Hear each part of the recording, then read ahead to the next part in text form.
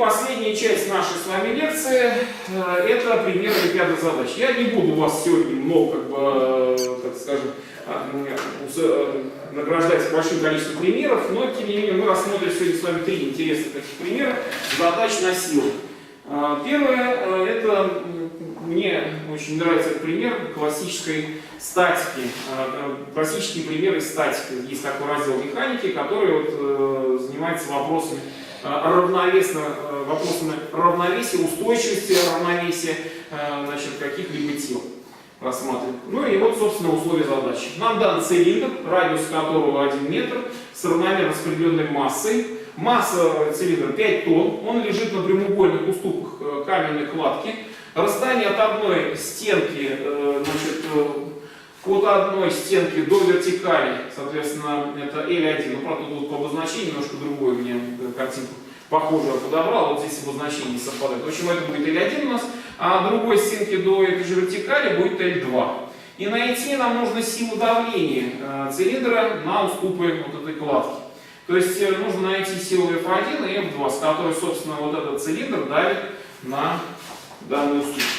Давайте попытаемся тоже сделать эту картинку, уже все в унисон обозначение представить условия задачи. Не поленимся, сделаем картинку, как раз показываем расстояние. Они не одинаковые, вот, собственно, ответственная линия. Наверное, надо свет включить, да, темновато как-то стало. Так, лучше видно на доске или нет? Как, ребята, лучше? Хорошо. Отлично. Все это. Вот на доске я имею в виду, потому что сейчас у нас центр внимания перемещается на доску. Здесь мы уже как с условием обсудили. Значит, итак, давайте отметим силу, которая действует на данное тело. Соответственно, это МЖ, сила тяжести. Затем еще действует сила реакции. Причем, я напоминаю, важное такое свойство. Если у нас есть контакт двух поверхностей, то сила нормальной реакции всегда перпендикулярна более гладкой поверхности. Более гладкая поверхность, вот у нас контакт, соответственно, точки контакта, и более гладкой поверхностью является поверхность цилиндра. Поэтому сила реакции должна быть перпендикулярна этой поверхности, другими словами, должна быть направлена по радиусу буквально на центр этого цилиндра. То же самое здесь можно произвести. Построить и показать. Значит, это будет у нас сила N2, и это будет у нас сила N1. Ну, понятно, что по третьему закону Ньютона сила, с которой кладка действует на цилиндр, должна быть равна силе, с которой цилиндр уже действует на эту кладку. Поэтому это будет, соответственно, сила F2, и это будет сила F1. F1. Ну и здесь для полноты картинки мы покажем, что вот это расстояние, все-таки согласно нашим условиям, это будет L1, а вот это расстояние будет у нас L2. Ну и напоминаю, что вот у нас есть радиус R. Так, теперь наша задача с вами записать самый наш, известный, самый мощный инструмент механики. Это основное уравнение механики и второй закон Ньютона. Давайте запишем его для данного тела.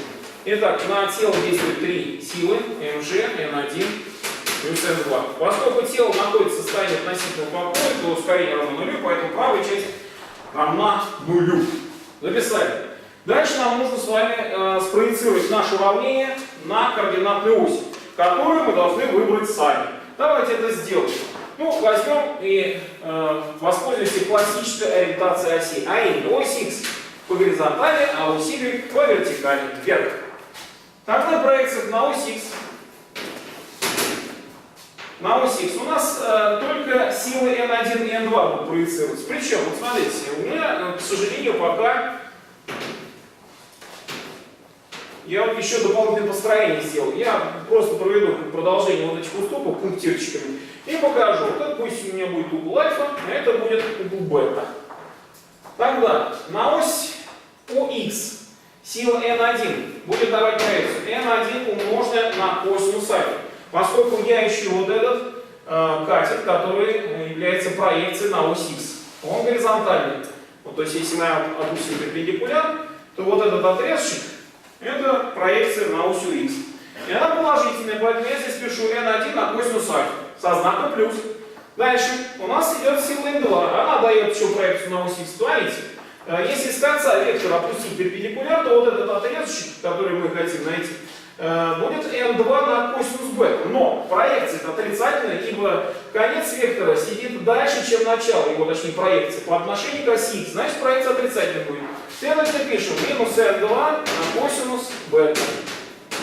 И это все равно нулю. Готово. Первое уравнение, я имею в виду Ньютон в проекции на ux, мы записали.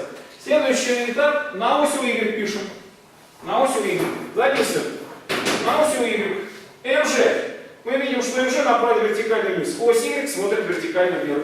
Следовательно, проекция будет отрицательной, мы пишем минус mg. Следующая сила, которую нужно записать, это n1. Она будет давать проекцию с множителем синус, потому что противолежащий катет нам нужен по отношению к углу альфа. Проекция будет положительная, поэтому можно записать n1 умноженное на синус альфа. n1 на синус альфа со знаком плюс. И последнее, еще одно слагаемое от n2. Оно тоже будет положительное. Следовательно, можно записать n2 умноженное на синус бета. И это все равно нулю. Мы с вами в итоге одно векторное уравнение расписали в виде двух скалярных уравнений в проекциях на соответствующие оси. Теперь наша задача с ними разобраться по очереди. Мы, конечно, должны с вами искать что? Силы давлений, как на способ. Но сразу нужно сделать оговорку, что по этим законам Ньютона F1 равно N1, а F2 равно N2. То есть величины этих сил равны. И наша с вами задача, определение F1 и 2, сводится уже к определению сил N1 до N2. Мы это сейчас с вами проделаем. Сделаем это. Определим N1 и N2. Давайте поэтапно. Например, из первого уравнения мы можем с вами выразить N1. N1 из первого уравнения, давайте вот так вот стрелочкой даже покажу, что это следует из первого уравнения. Ну, давайте мы ручку еще введем. Номерки, чтобы мне было проще тоже и объясняться с вами. Из первого уравнения выражаем N1. Получается косинус бета на косинус альфа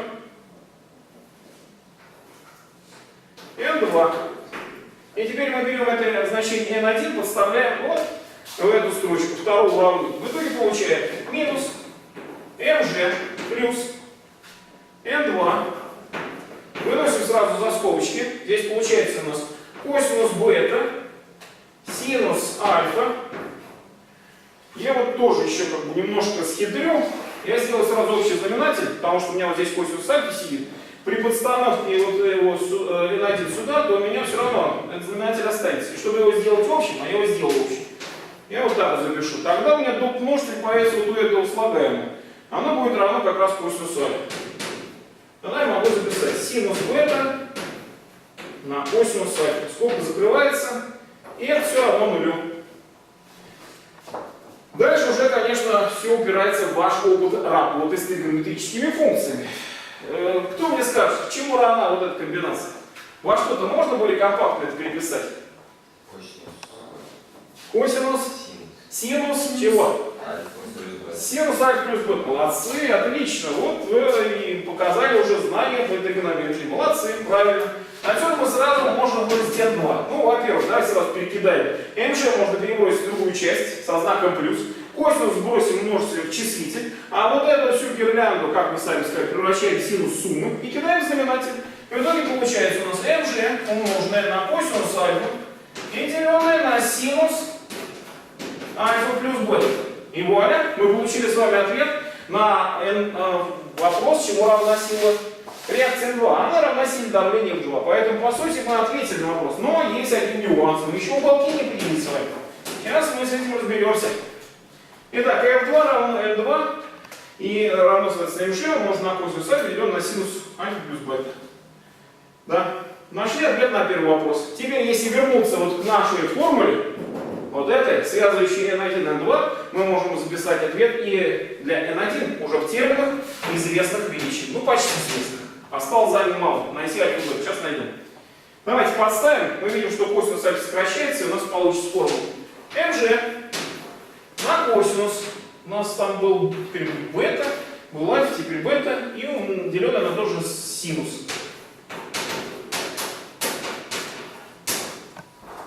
собственно, выражение для n1. Ну, понятно, что n1 равно f1. Берет ваша работа, и приятно всегда иметь дело с компактным результатом, нежели с какой-то громоздкой структурой. Тяжелее проверять, дольше и больше вопросов возникает, когда громоздкий ответ. Поэтому мы максимально компактно скрутили аналитическую структуру ответа, и теперь осталось только найти уголки, альфа и бета. Ну, это чисто геометрическая задача. Давайте ей займемся. Итак, нам нужно найти угол альфа. Давайте рассмотрим вот этот треугольничек, который, ну, обозначим даже здесь буковками А, здесь пусть будет О, центр, а здесь будет Б. Б это, по сути, перпендикуляр, опущенный с точки А на ответственную линию, проходящую через центр тяжести данного цилиндра. Прямоугольный треугольник. Тогда для прямоугольного треугольника можно записать формулу для косинуса. Почему косинус? Ну, потому что здесь все величины известны. Против прилежащий катет к углу альфа это L1, она нам известна. L1. И против значит, гипотенузы вот этой арифметическим АО является как раз радиус. Вот, собственно, мы нашли с вами косинус угла. Ну, а сам угол можно взять аркосинус. Если кому-то не нравится, то есть ответ хотят представить именно в терминах L1 и R, некоторые считают, что это обязательно надо сделать, ну тогда надо обратно. Синус развернуть вот в виде такой произведения 4 тригонометрических функций, там подсуетиться с преобразованиями, я бы не советовал делать. Мне вот этот вот ответ в таком виде представляется, представление гораздо симпатичнее. Почему? Потому что очень компактно, и дальше вы можете написать, где альфа. Прям так можно в ответе писать, где альфа. Это аркосинус. L1 на R. Аркосинус. Ну, я понимаю, что вот на восьмикласснике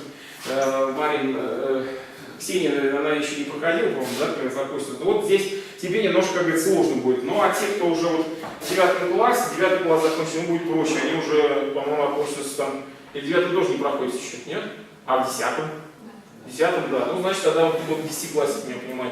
Но, тем не менее, выгодно все-таки использовать именно эту функцию. Аркосинус — это функция обратная косинусу. И если мы хотим добраться до аргумента, то мы действуем функцию аркосинуса слева и справа на вот соответствующем уравнении. В итоге аркосинус от косинуса это сам аргумент, а в правой части аркосинус повисает просто как значок функции.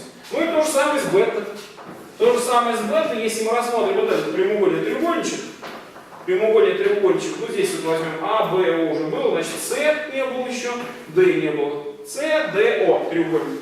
Для треугольника СДО также можно записать косинус бета. Давайте я сюда запишу, чтобы уже не писать. Косинус бета будет равен, это вот этот отрезочек L2, и деленное на R. А если мы хотим добраться до бета, то это просто аркосинус будет. Обратная функция. L2 на R. Ну вот, собственно, и все. Вся задача. В терминах величин, которые нам известны, но мы их весьма как красиво, мне кажется, элегантно представили. Собственно, полностью решенная задача. Ну как? Понятно? Вопросы есть? Не стесняйтесь, задавайте вопросы. Ксения, все понятно? Ну так, может быть, с аркосинусом, конечно, не очень, но в остальном схема как бы решение в целом ясна. Ну, замечательно. Итак, это была задачка номер 1. Не стесняйтесь задавать вопросы, потому что понятно, что, может быть, в какой-то момент я для вас, с вашей точки зрения, замял, не рассказал, не раскрыл. Спрашивайте, мы обсудим это более подробно. Так, хорошо, пойдем дальше. Задачка номер 2. Она несложная, но очень полезная для того, чтобы потренироваться и найти значит, ответ на вопрос. Кстати, мы здесь столкнемся с понятием производной. К сожалению, без производной здесь будет нам очень сложно. Мы можем, конечно, пользоваться другой методикой, но она будет очень долго, затяжной такой. Решение получится очень затяжным, долгим. Прочитайте условия, а пока уберу доску. Подготовили для новой задачи.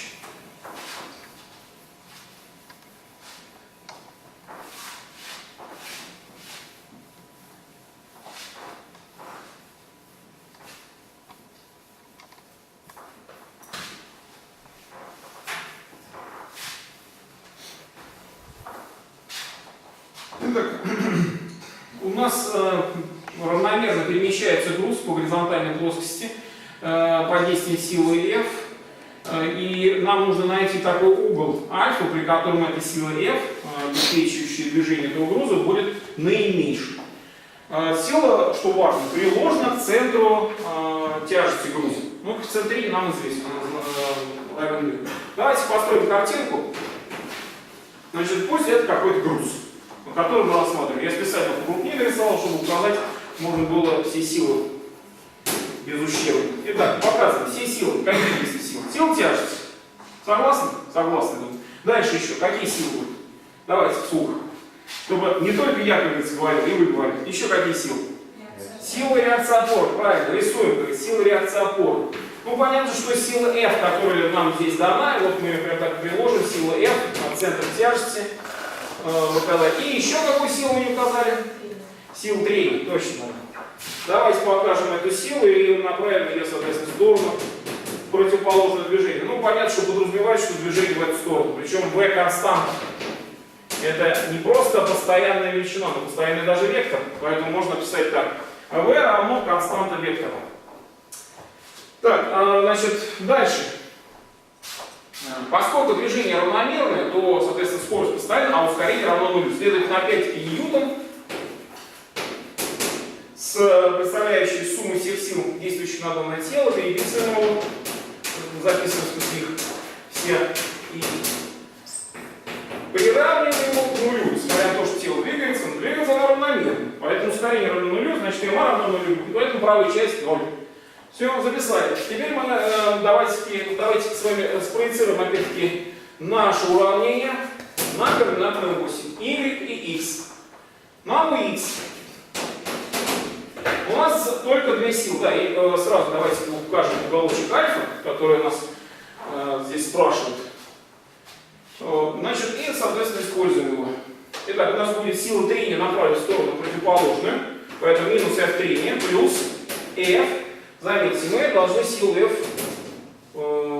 спроецировать на ось x. Это будет F на косинус альфа. Множитель косинус будет, потому что прилежащий текст пишем F на косинус альфа равно нулю. Это по x. Теперь по y.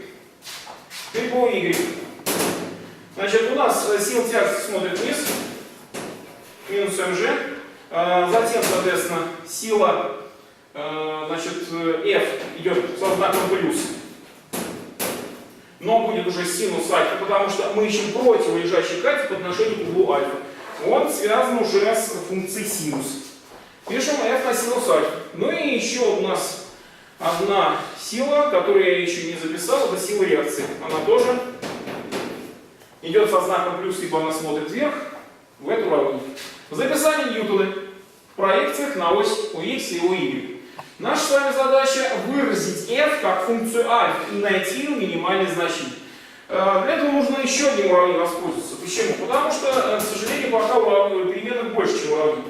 Воспользуемся известным результатом. Сила трения, если не добавить, сила трения, она будет равна произведению коэффициента трения на силу реакции, μn. Тоже, думаю, хорошо всем знакомый результат. Даже не буду никаких больше комментариев делать. Все, эти уравнения мы с вами сейчас и будем использовать. Теперь наша задача с вами вот эти два уравнения с учетом третьего свести к такому виду, когда будет f явно зависит от альфа. Давайте это сделаем. Итак, я предлагаю сделать следующее. Значит, давайте выведем отсюда n, вот из этого уравнения, и поставим его вот в первое уравнение. Сразу, значит, из уравнения по y следует n равно mg минус f на синус альфа. Минус f на синус альфа. Мы выразили n, теперь мы можем поставить наше n вот сюда, а это сюда, по принципу матрешки. И в итоге у нас получится следующее уравнение. Минус, так, будет μmg,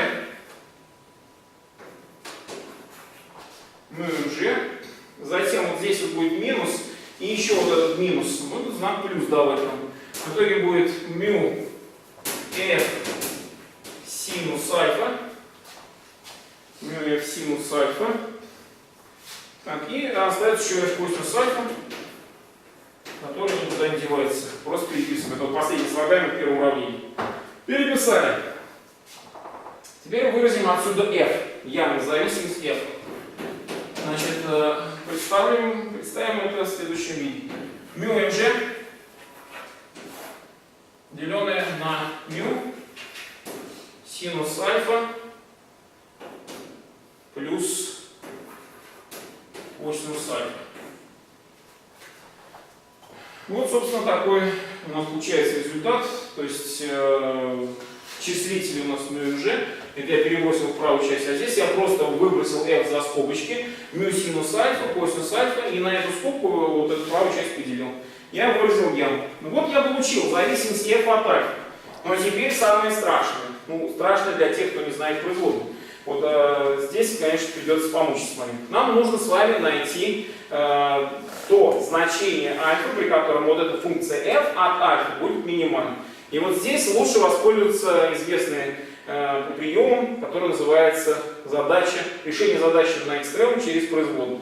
Давайте попробуем с вами этот прием применить. Для этого найдем производную от функции f по альфа. f' по альфа. Будем считать. f' по альфа. На эту штуку можно смотреть как на... можно немножко преобразовать. Давайте преобразуем. То есть μmg как некую константу. А вот знаменатель можно вынести в числитель со степенью -1. То есть получается μ синус альфа плюс косинус альфа минус 1.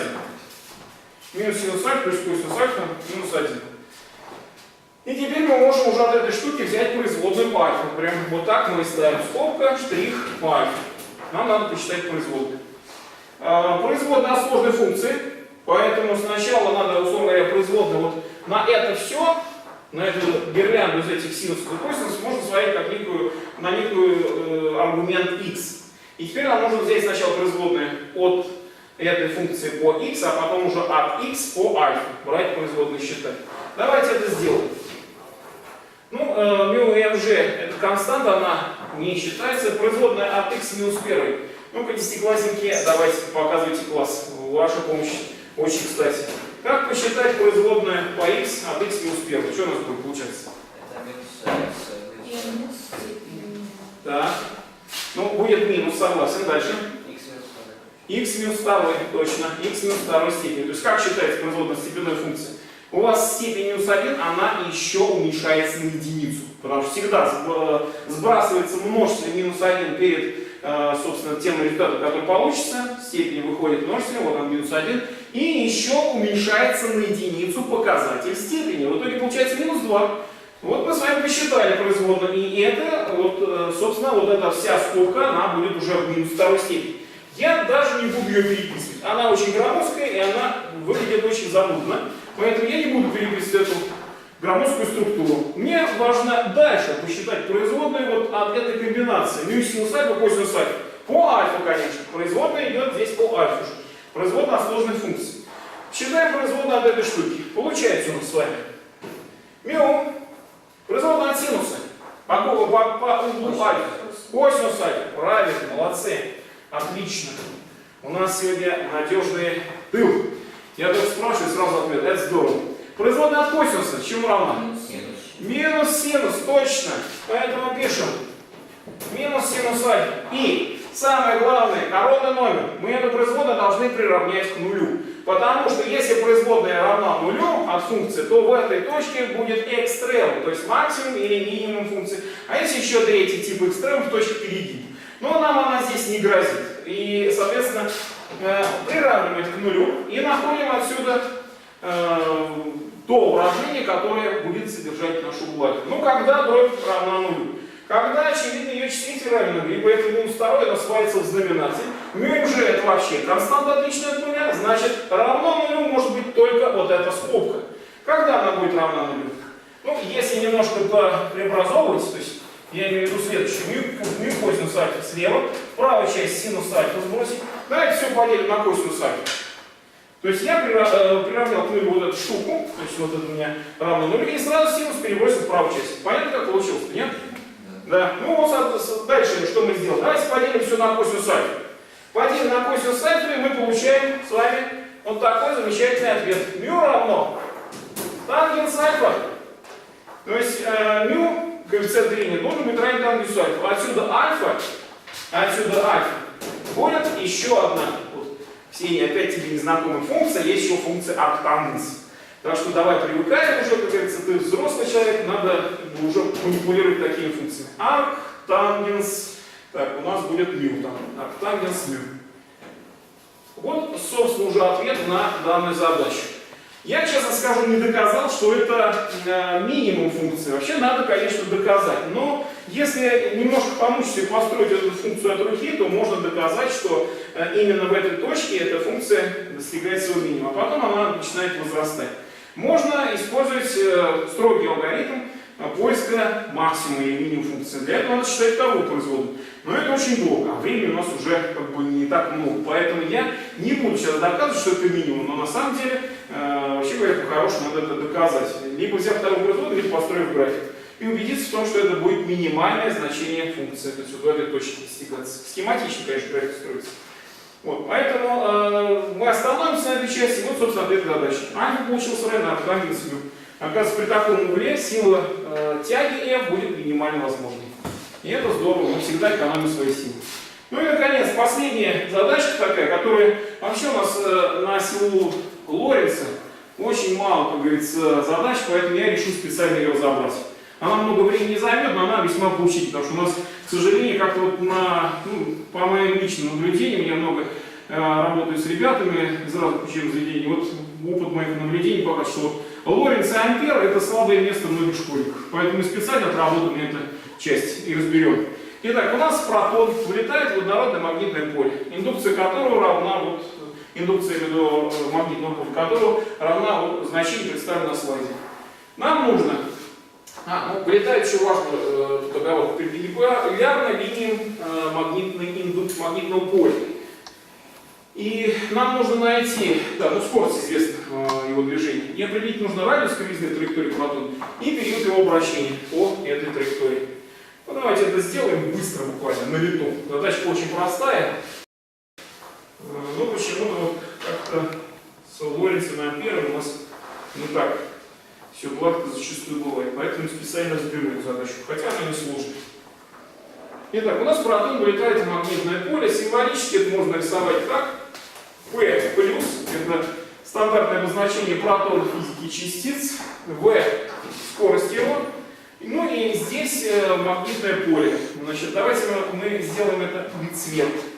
То есть у нас получается, сейчас, значит, там у нас V, да, значит, V, вот давайте V здесь рядышком нарисуем кружочек, точечка и прям так напишем V. То есть B направим из плоскости доски к нам. Перпендикулярно картинной плоскости к нам. Тогда, по правилу Буравчика, если протон уже двигается в магнитном поле, то на него будет действовать сила Лоренца. И сила Лоренца по правилу Буравчика, значит, определяется ее направление так. Мы от V к B должны вращать вектор именно V до B против часовой стрелки, потому что это кратчайший путь, чтобы сомкнуть V с B. При этом поступательное движение буравчика, вспоминаем, как пробка, допустим, на бутылке там, лимонада, когда вы выкручиваете, куда она двигается? Она двигается, если это выкручиваете вверх, в данном случае она будет выкручиваться от против часовой стрелки, и, соответственно, на поступательное движение будет направлено вниз. Поэтому Лоренц будет направлен вниз. И, следовательно, протон начинает двигаться по окружности. В конечном счете, вот такую окружность будет заметать. Тут, конечно, извиняюсь, несимметрично получилось, но побольше. Вот так вот. Где-то вот здесь вот будет центр кривизны. Вот это будет радиус. Это будет радиус окружности. Ну, извиняюсь, может не очень удачно, потому что от руки, да еще мелко, у меня что-то совсем стал писать не очень. Поменяю его. Итак, значит, вот у нас получается такая окружность.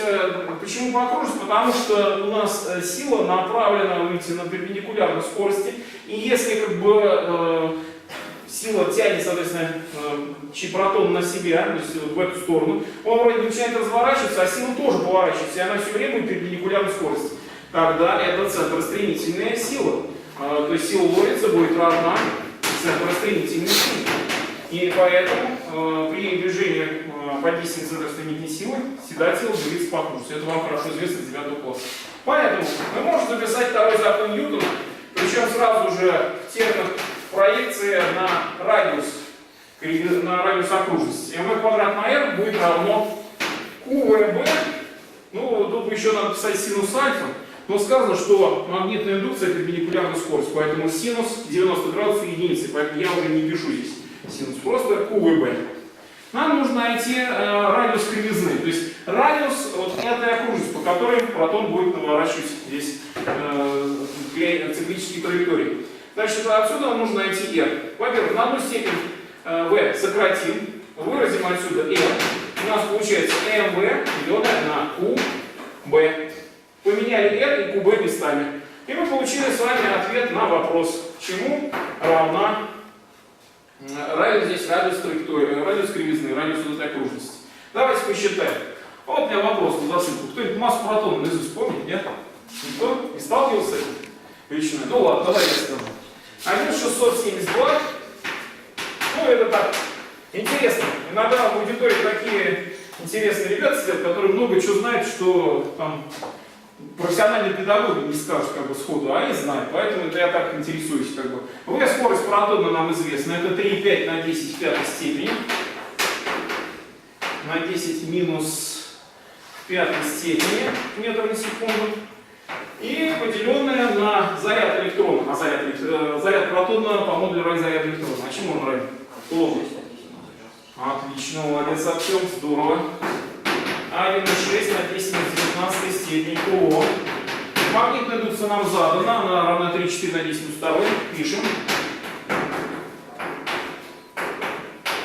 Ну вот, собственно, все. Дальше разбираемся со степенями, считаем. Ну, я позволю себе как бы не считать, я это посчитал уже дома, поскольку должен знать, как бы, чему вся эта история должна закончиться. И если здесь все аккуратно посчитать, то тут получается 0,1 метра. То есть, если посчитать аккуратно, то радиус этой окружности будет равен 0,1 метра. Итак, мы нашли с вами r, радиус кривизны. Теперь осталось найти период. Я немножко перемещусь. Период обращения. Что такое период обращения? Это промежуток времени, в течение которого протон описывает ровно одну окружность. Для того, чтобы найти, достаточно воспользоваться формулой для времени, которое тело прошло с постоянной скоростью. Ну, в смысле, формула для времени, которая определяет через путь, который проходит тело за вот данное время с постоянной скоростью. Но это путь, деленный на скорость. Путь-то у нас длина окружности 2πr, а скорость нам известна. 2πr на v. Ну и вот теперь осталось взять и посчитать. Давайте здесь посчитать. Здесь уже можно буквально без этих громоздких степеней быстро справиться. Значит, 2 на π это 6,28, радиус 0,1.